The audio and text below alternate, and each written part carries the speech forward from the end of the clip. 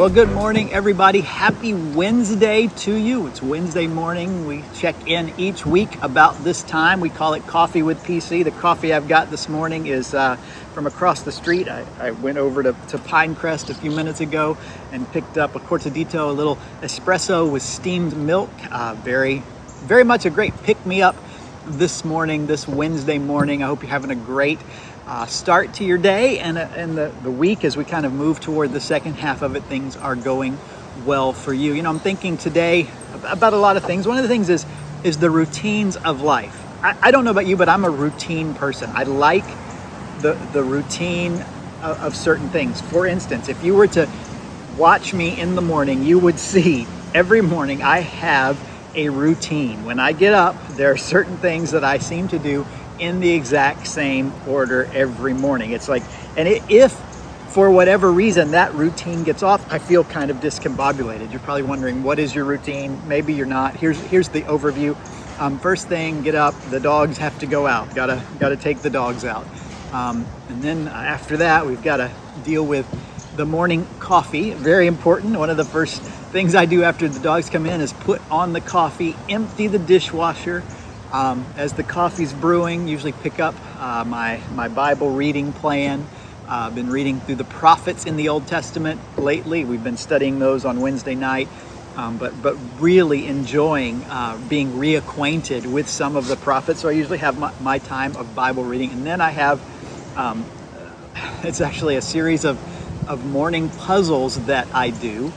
Whether it's solitaire, you know, there's different challenges on an app. So I've got to go through my puzzle thing. Added to that, Wordle.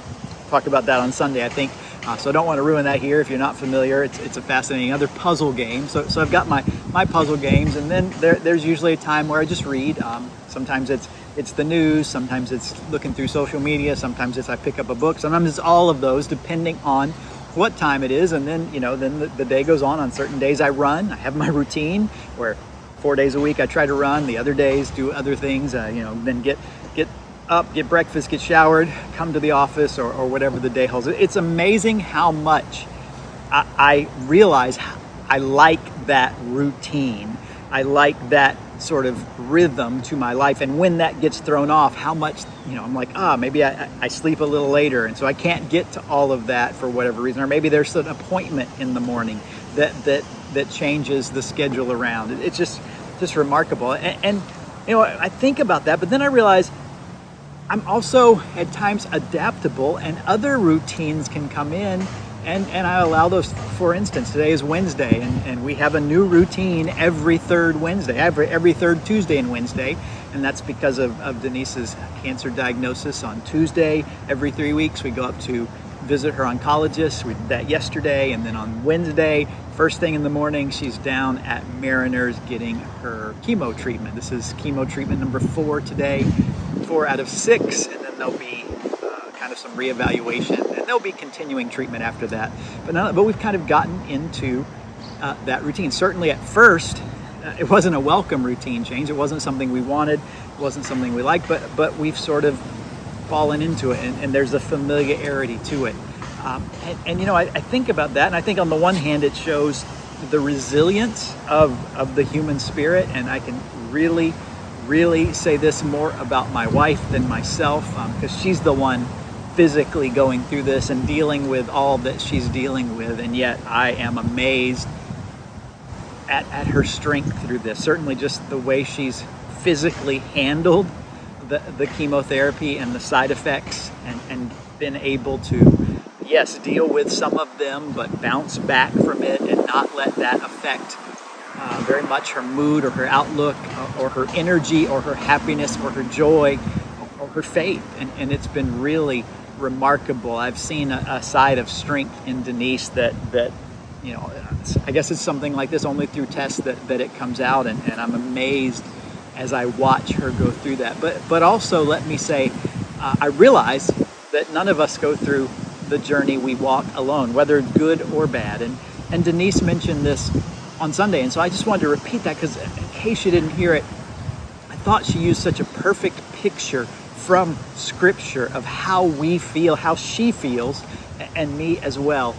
through this, because this process, which will be a long one and has some twists and turns along the way that we probably don't quite know and don't know what to expect, that she'll have to deal with.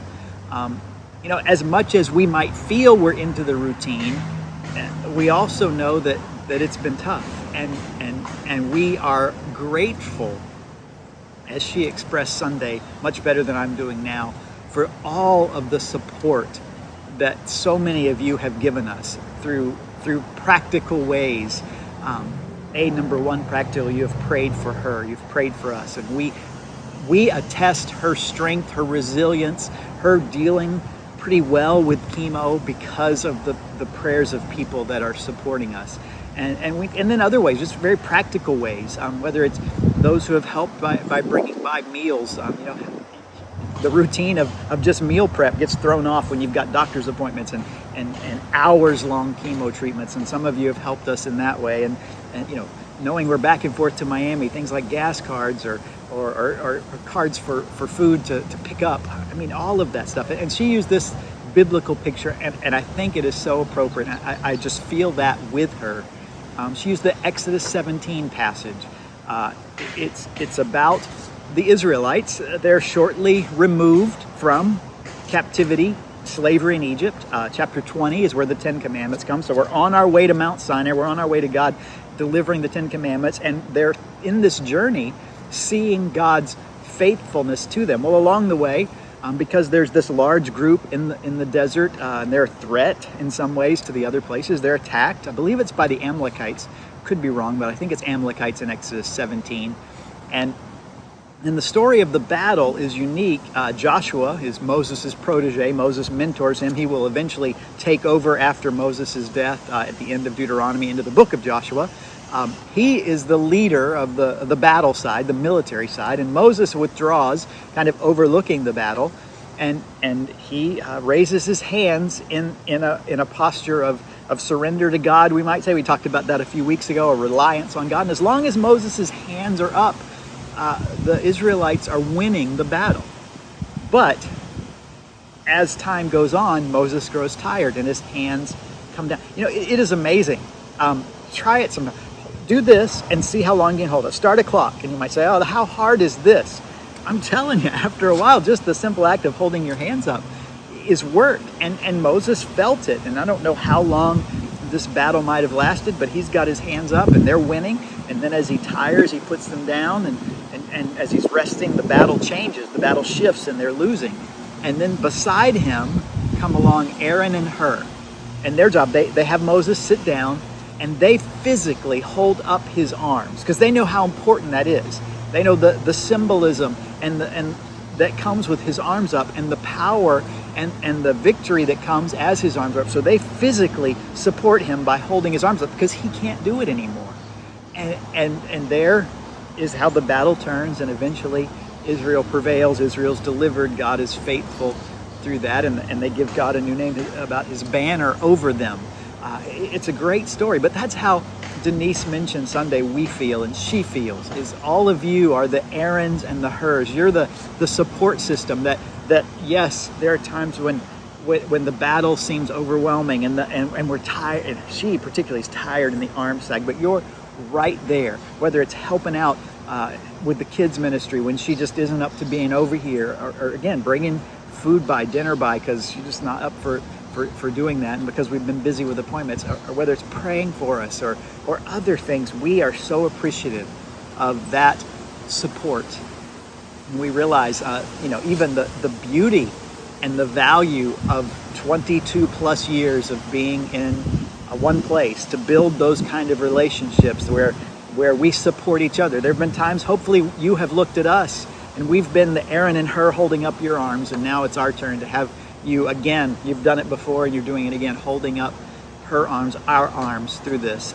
It's just another reminder of the beauty of the body of Christ, or the church, the value that we have in each other, because there will be inevitably difficult times where it's just too much for us alone. So thank you, church family. Thank you, friends. Thank you for your prayers and your support, for being the Aaron and Hur to us through this battle that she's facing with cancer. I hope if you're having maybe a rough go of whatever kind, because trials and struggles comes in all different sorts and kinds and sizes, that there's for you that Aaron and her, that you'll find those. And let me encourage you, maybe the value of being a part of a church family, of getting connected to the Aarons and hers that you will need, or being an Aaron and her for someone who needs your help. That in God's wisdom, He gave us each other, and I'm so glad He did, and so we are so thankful. So those are just kind of our thoughts, my thoughts, especially after Denise said what she did on Sunday at the end of our service. I know some of you saw that, some of you might not have. It means so much, and I'm so grateful, again, for you and for God's wisdom in giving us this thing we call the church. Hey, speaking of the church, shameless plug, we hope you'll join us. We have some great stuff happening here. God is at work in our church family in ways I've described and in other ways, and we want you to be a part of it. We meet at Sunday mornings at 9. Yes, it'll be online. It can be streamed. But again, there's that value. You can't hold somebody's arms up physically from a distance. And so we encourage you, get involved, get connected, find those relationships that are vital to all of us when the inevitable difficulties of life come. We're looking at the book of Acts, and you want to talk about people, Christians that had difficulties and how they supported each other. We're seeing it over and over again in that story of the early church. So come study with us. 9 a.m. We'll be meeting in person in worship. Love to have you join us. Yes, online too. You can plug in that way. Maybe if you're not able to be here or you're removed from us, we hope you'll do that. We hope you'll be encouraged by the encouragement that God gives us through His Word, through His Spirit, and through His people. That's what we are as a church. We're all of that for each other. So again, thank you for your support for us and being that Aaron and her who's holding up our arms, and we are so appreciative. I gotta go now. Hopefully I'll hear from Denise shortly and I can go pick her up. She's running a little late this morning, but that's okay with the different treatments. So pray for her today and over the next few days. They're kind of the roughest for her as she comes right off of the chemotherapy treatment. Hopefully we'll see you in worship, in church, as we gather together on Sunday. Have a great rest of your week. Talk to you soon.